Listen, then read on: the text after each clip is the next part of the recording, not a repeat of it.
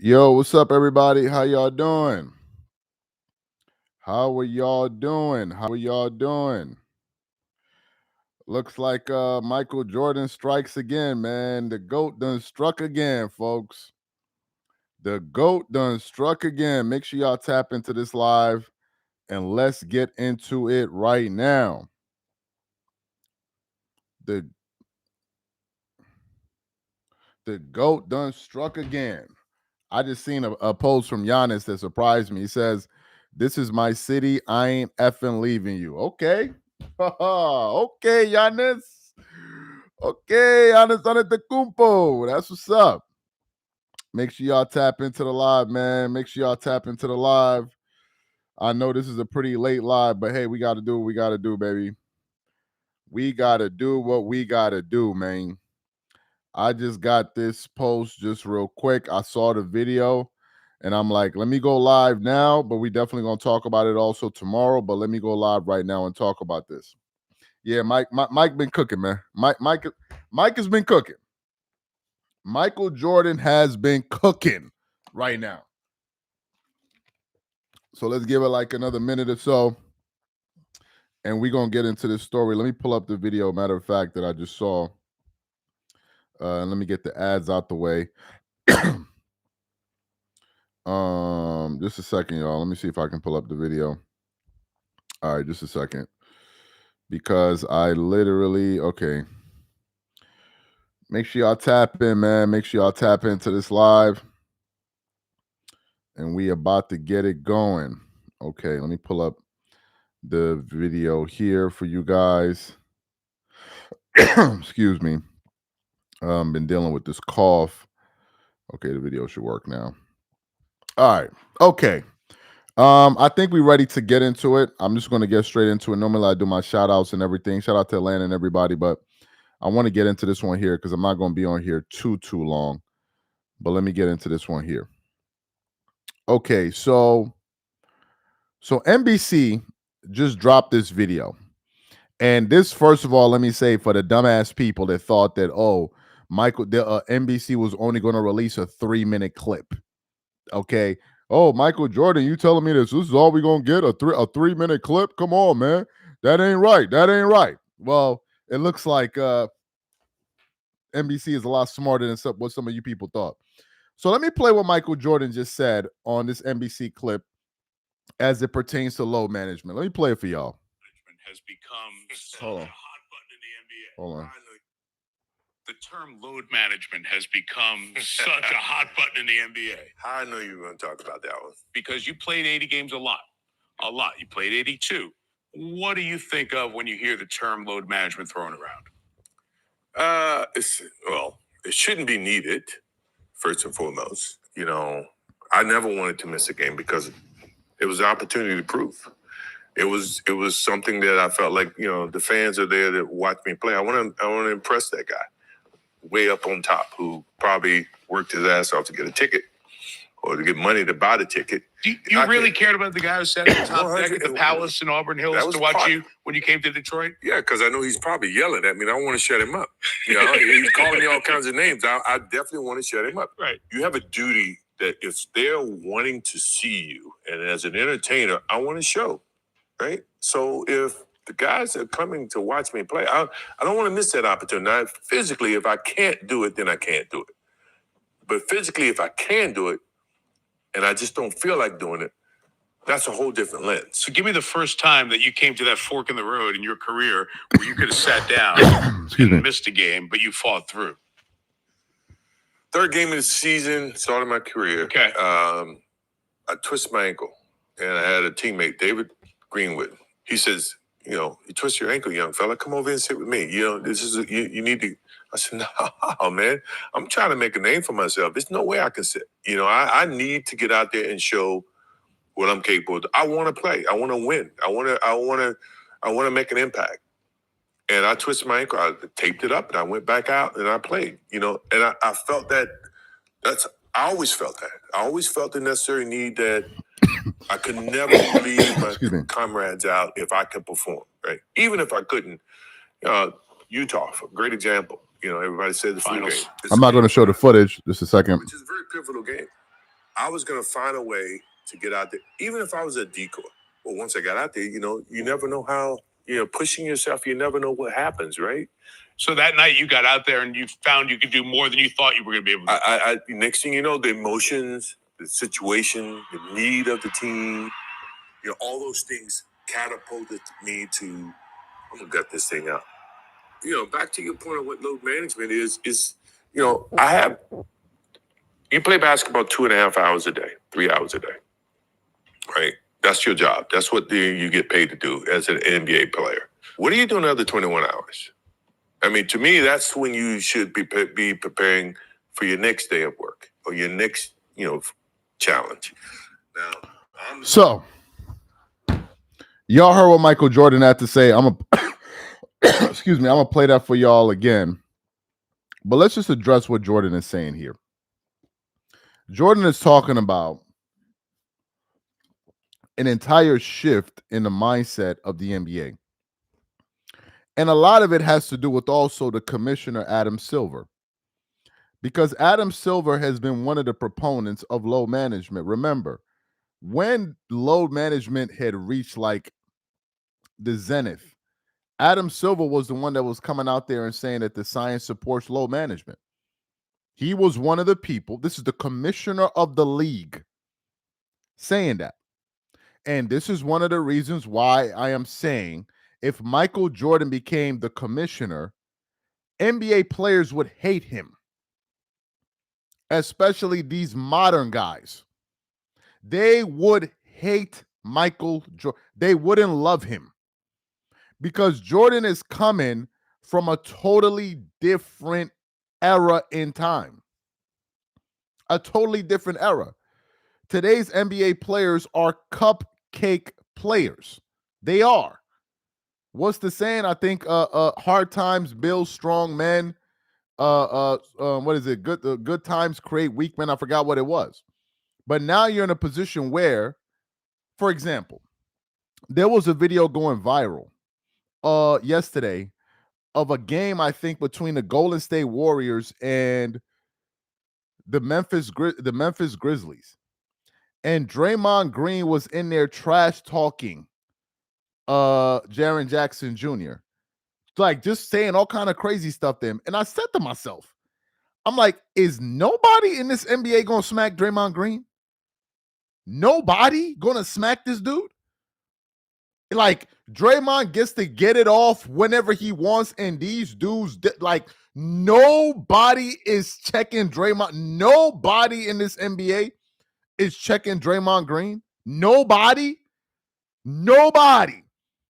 Draymond does any and everything to these dudes, and they do nothing. These are the weakest dudes you'd ever seen in your life. How is it possible that Draymond has not been snuffed at least 2-3 times a season for running his mouth like that? You could not put a Draymond Green in the era that Jordan and these guys came. You couldn't do it. If there was going to be a bully of the NBA, it wouldn't be Draymond Green, bro. That wouldn't be the guy. And is emblematic of this cupcake era. So the NBA players would not like Jordan. They wouldn't like him. They want to be babied. They want to be told how great they are, even when they suck. You can't coach them hard anymore. You can't say anything tough to them anymore because they're just going to have emotional. Yes, hard times create strong men. Strong men create good times. Good times create soft men. Soft men create hard times. Thank you very much. That's what you have. And this is exactly where we are. Now the league's ratings are plummeting. All-Star game is a joke. All-Star weekend is a bigger joke. The fans are an afterthought. And this is why it is so important to get a chance to hear from another point of view on these issues. We've been listening to the LeBron James media-driven guy talk about these issues for the last 10 years. And for the most part, they've all been advocating for it. All of them.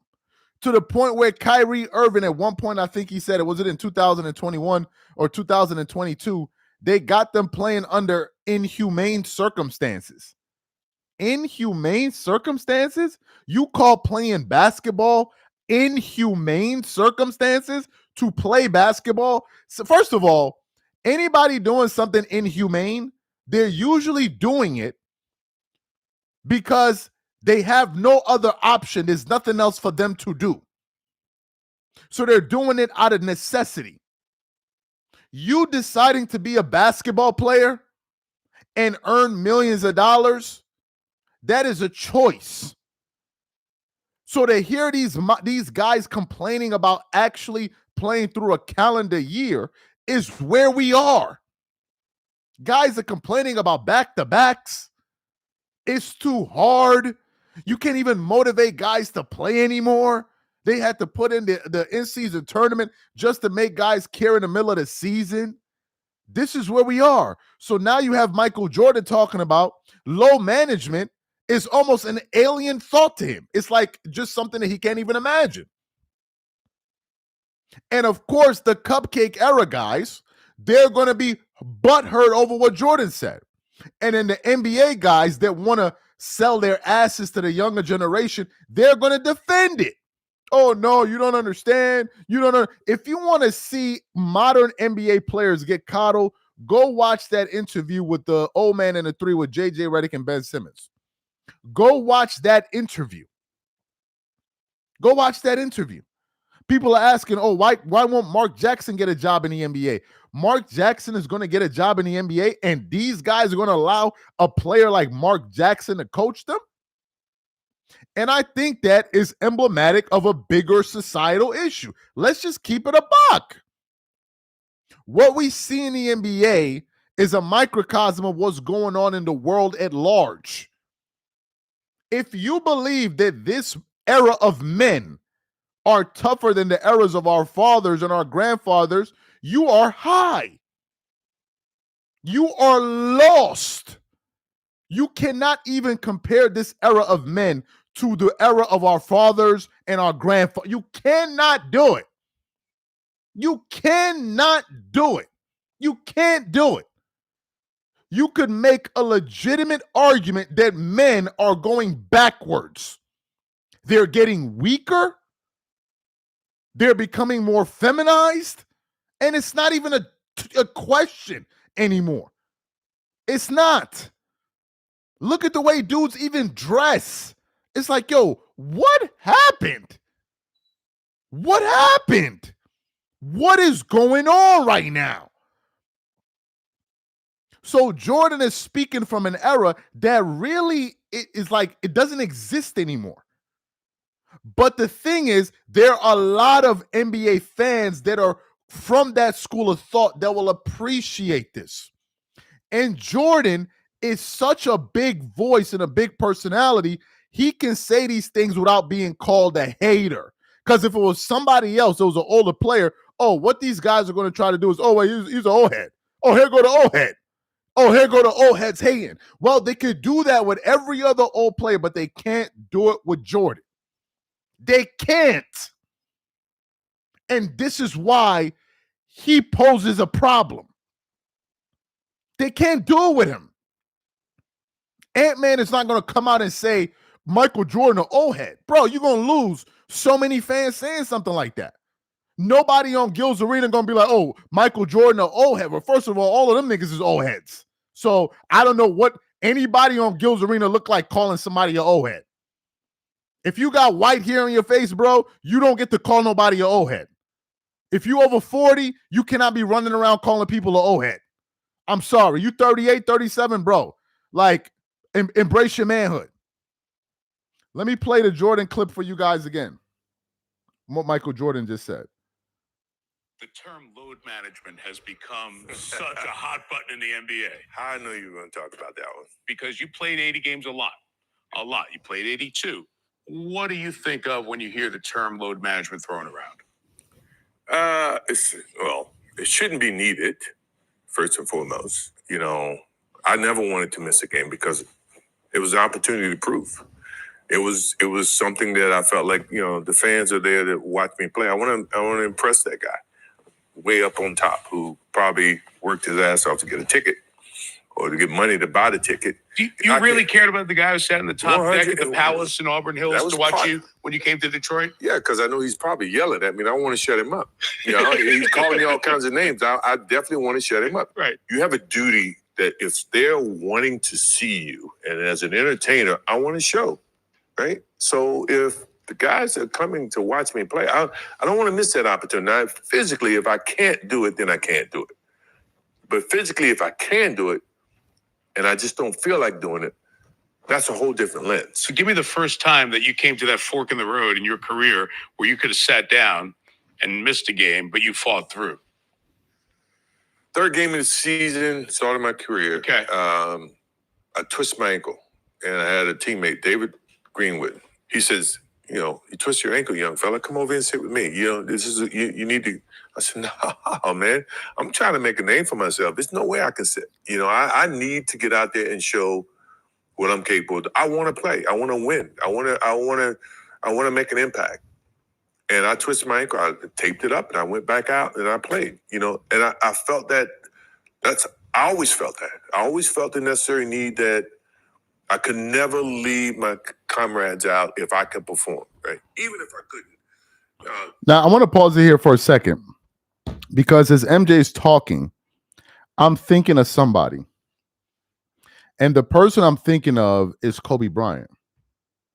And it goes to show you how a player can influence the next generation. Kobe was heavily influenced by the generation that came before him. The Magic Johnsons, but specifically the Jordan, who led his own generation, had a certain standard, right? Kobe adopted that and carried that with him. Kobe was a warrior, right? And that is something that permeated all throughout his era. But what has happened is, and the reason that we put LeBron in the title because I think is apropos, the thing went Jordan, Kobe, LeBron. So we now have to ask the question, at what point along this line did the standard drop? And I think the standard dropped when it came to LeBron.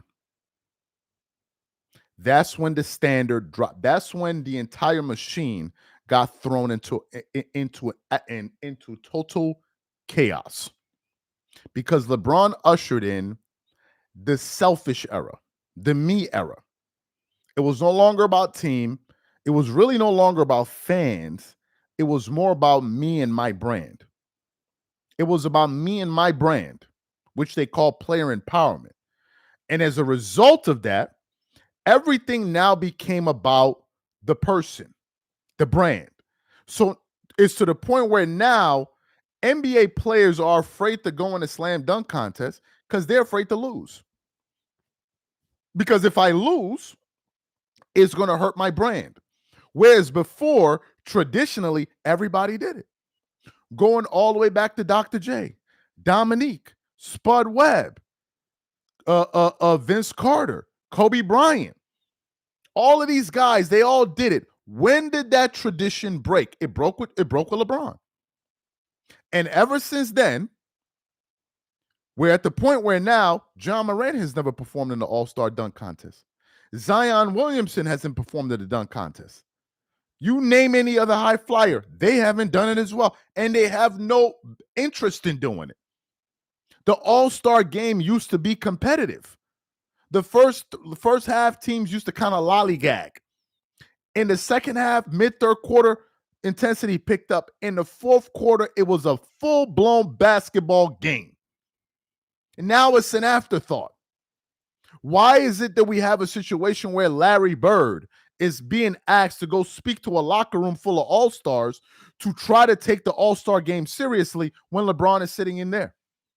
Why would you need Larry Bird to do that when you have the elder statesman in LeBron James? Why doesn't LeBron James tell the group, bro, we got to sit up and let's time to do it? So if LeBron is not doing it and he's not enforcing a standard, he's not an example of a standard, why should they follow? Let's talk about load management itself. I always said it was a pseudoscience. It made no sense. Absolutely no sense. And you didn't need to go to medical school to understand that. It made no sense. And who are the players that are popularized this? Kawhi Leonard, just to name a few. And then you have others that will follow suit. You would have some games where players would be perfectly healthy. Perfectly healthy. Nothing is wrong with them. Nothing is wrong with them. They're not playing because they want to rest. Rest from doing what? You already had the summer off. Most of y'all had the whole summer off because most of y'all wasn't playing until June. So what are you resting from? It's now almost a miracle if a player plays 82 games. It's a miracle. Oh, my God. Somebody played 82 games. Oh, my Lord.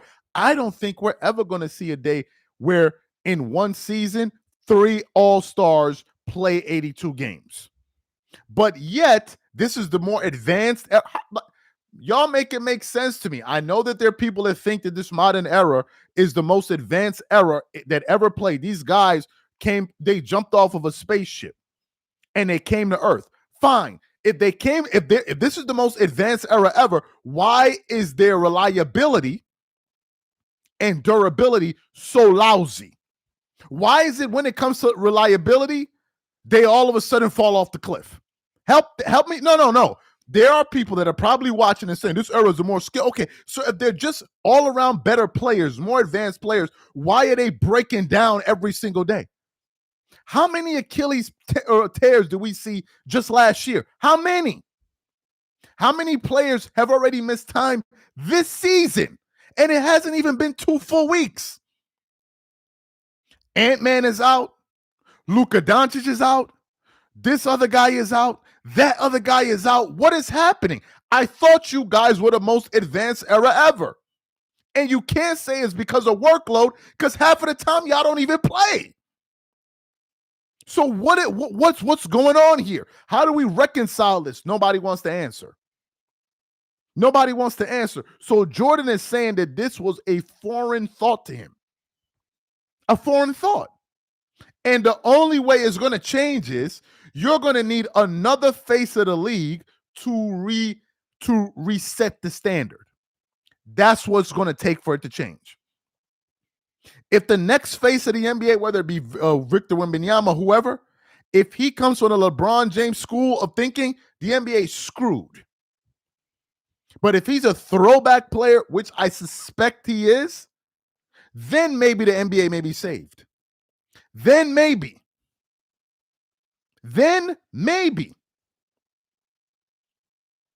It's just unbelievable to me. And I know we're going to cover a lot of this later throughout the day because these Jordan quotes are going to go all throughout the internet. And you better believe the only people that are going to be upset with Michael Jordan, the vast majority of them will be LeBron fans. The vast majority of them are LeBron James, the vast majority of them. Funny enough, before Michael Jordan's quotes came out, this video came out, I was watching episode 10 of The Last Dance. Literally, I was watching it before I went to bed. I was literally just watching that and kind of going back and forth between the Clippers-Warriors game. And I was watching that final episode where everybody was just banged up and discombobulated, and they were still finding a way to push through. Still finding a way. This is the cupcake era. We are witnessing live and direct. So for the people talking about MJ should be the what is it, the commissioner? Y'all don't want that. These young dudes don't want that. What these young dudes want is they want to make their money. They want to show up to work when they can show up. They want to put in the least amount of effort and get the maximum output out of it and go on and live their lives and look fly. Dudes put more attention into their outfits than they do their game. They put more attention into their outfits than they do their games. And this is where we are. So thank God Michael Jordan is back talking on these issues. Because had it been Charles Barkley, had it been somebody else, they'll be calling him, oh, these old heads are hating. But when Michael says it, you can't say nothing. And there is no excuse for these guys to being so for these guys being so unreliable, because they have all the medicine, they have the medical training staff. So why aren't you guys available when your team needs you the most? We're gonna talk more about this tomorrow, guys. I just wanted to touch on it because the topic just came out and it's fresh on everybody's mind. So I said, let me just talk about it right now and give you guys my initial thoughts. We're definitely going to be talking more about this tomorrow. He said Greg Popovich is one. Absolutely, but Greg Popovich, I think, started that to really stick it to the NBA.